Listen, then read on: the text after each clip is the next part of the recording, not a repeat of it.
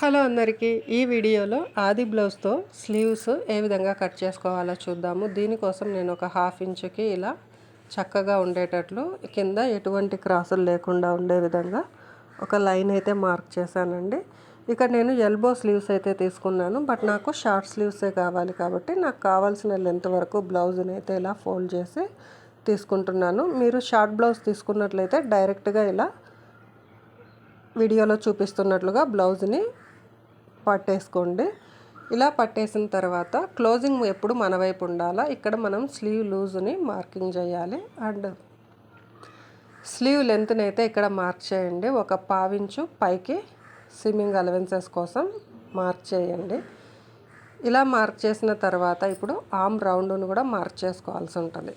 So slew once ఒక్కసారి ఇలా పెట్టిన తర్వాత ఆర్మ్ రౌండ్ని మార్క్ చేసి 1/2 ఇంచు పైకి, ఖర్చు ఎప్పుడు 1/2 ఇంచు పైకే పెట్టుకోండి. డౌన్కి పెడితే ఇంకా తగ్గుతుందన్నమాట. కాబట్టి ఖర్చు అన్నది మనం మార్కింగ్కి పై వైపునే వస్తుంది. సో ఇలా మార్కింగ్ పెట్టి లైన్ డ్రా చేసిన తర్వాత స్కేల్ని ఇలా క్రాస్గా పెట్టేసి ఒక లైన్ని డ్రా చేసుకోండి.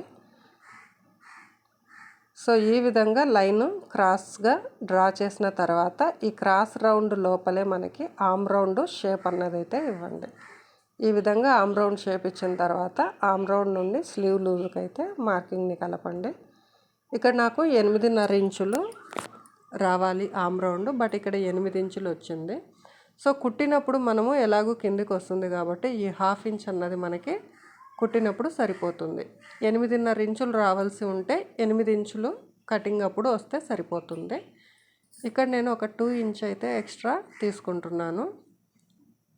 ఎక్స్ట్రా ఖర్చు కోసం అన్నమాట. మనం ఏం స్టిచ్ చేసినా కూడా ఎక్స్ట్రా ఖర్చు యాడ్ చేసుకుంటాం కదా. సో దానికోసం ఇది ఒక 2 ఇంచెస్ అయితే ఎక్స్ట్రా ఖర్చు కోసం యాడ్ చేసుకొని ఇలా మార్క్ చేసిన లైన్ మీదనే యాజ్ ఇట్ ఈస్గా అయితే కట్ చేస్తున్నాను. ఇప్పటి వరకు మన ఛానల్ని సబ్స్క్రైబ్ చేసుకోకపోతే ప్లీజ్ ఛానల్ని సబ్స్క్రైబ్ చేసుకోండి. అండ్ ఇక్కడ ఒక 1/2 ఇంచు మనము కింద ఖర్చు కోసం యాడ్ చేసుకున్నాం కదా, ఆ 1/2 ఇంచు ఉంచేసి కింద హెచ్చు తగ్గులు రాకుండా ఉండటం కోసం ఈక్వల్గా కట్ చేసాము. అండ్ సెంటర్కి ఒక మార్కింగ్ పెట్టండి. అండ్ ఆర్మ్ రౌండ్ వైపు కూడా ఒక మార్క్ అయితే పెట్టండి. ఇప్పుడు ఆర్మ్ రౌండ్ టోటల్ మనకి 8 ఉంది కదా, ఇందులో హాఫ్కి ఒక మార్కింగ్ అయితే పెట్టుకోండి. ఇలా 4 ఇంచులకి మార్కింగ్ పెట్టుకున్న తర్వాత ఒక 3/4 ఇంచు కిందికి ఇలా వీడియోలో చూపిస్తున్నట్లుగా మార్క్ చేసి క్రాస్గా అయితే ఆర్మ్ రౌండ్ వైపుకి ఈ మార్కింగ్ని కలుపుకుంటూ వెళ్ళండి. ఇది మనము ఫ్రంట్ క్రాస్ తీస్తున్నాం అన్నమాట. ఈ క్రాస్ని ఓన్లీ 2 పొరలకు మాత్రమే తీయండి, ఎందుకంటే ఫ్రంట్ క్రాస్ అన్నది ఓన్లీ స్లీవ్ క్రాస్ అన్నది మనము ఓన్లీ ఫ్రంట్ పార్ట్కి మాత్రమే తీస్తాం కదా. సో ఇలా మార్క్ చేసిన తర్వాత వీడియోలో చూపిస్తున్నట్లుగా కట్ చేసి ఒక చిన్న టక్ పెట్టండి. ఈ టక్ మనకి స్టిచ్చింగ్ చేసేటప్పుడు ఫ్రంట్ పార్ట్ రావాలనడానికి గుర్తు అనమాట. సో చూసారు కదండి, ఆది బ్లౌజ్తో స్లీవ్ కటింగ్ ఎలా చేసాము అన్నది. వీడియో నచ్చినట్లయితే ఒక లైక్ చేయండి.